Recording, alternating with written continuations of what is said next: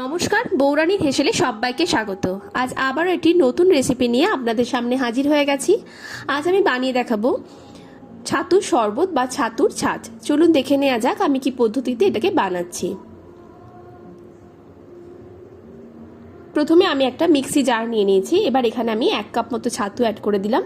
দিয়ে দিচ্ছি পরিমাণ মতো লবণ, এখানে আমি ব্ল্যাক সল্ট ইউজ করেছি। দিয়ে দিচ্ছি 1 চামচ মতো চিনি আর একটা কাঁচা লঙ্কা, আর দিয়ে দিচ্ছি 1 চামচ মতন চাট মশলা, আর পুদিনা পাতার কয়েকটা পাতা এখানে অ্যাড করলাম যাতে একটা সুন্দর ফ্লেভার আসে সেই জন্য। আর 2 কাপ টক দই অ্যাড করে এটাকে আমি একটা ভালো করে মিহি পেস্ট করে নেব। আর 2 কাপ জলও অ্যাড করে দেব। খুব সহজেই তৈরি হয়ে যাবে, আর এই গরমের জন্য এটা খুবই উপকারী। আপনারা বাড়িতে এইভাবে ট্রাই করবেন, খুবই সহজ পদ্ধতিতে এটা হয়ে যায় মাত্র কয়েকটা উপকরণে।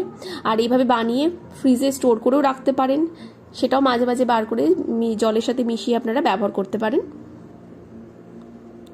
আজকের এই ড্রিঙ্কস রেসিপি কেমন লাগলো অবশ্যই আমাকে জানাবেন, আর ভালো লাগলে অবশ্যই লাইক, কমেন্ট, শেয়ার আর সাবস্ক্রাইব করে আমার পাশে থাকবেন। ধন্যবাদ।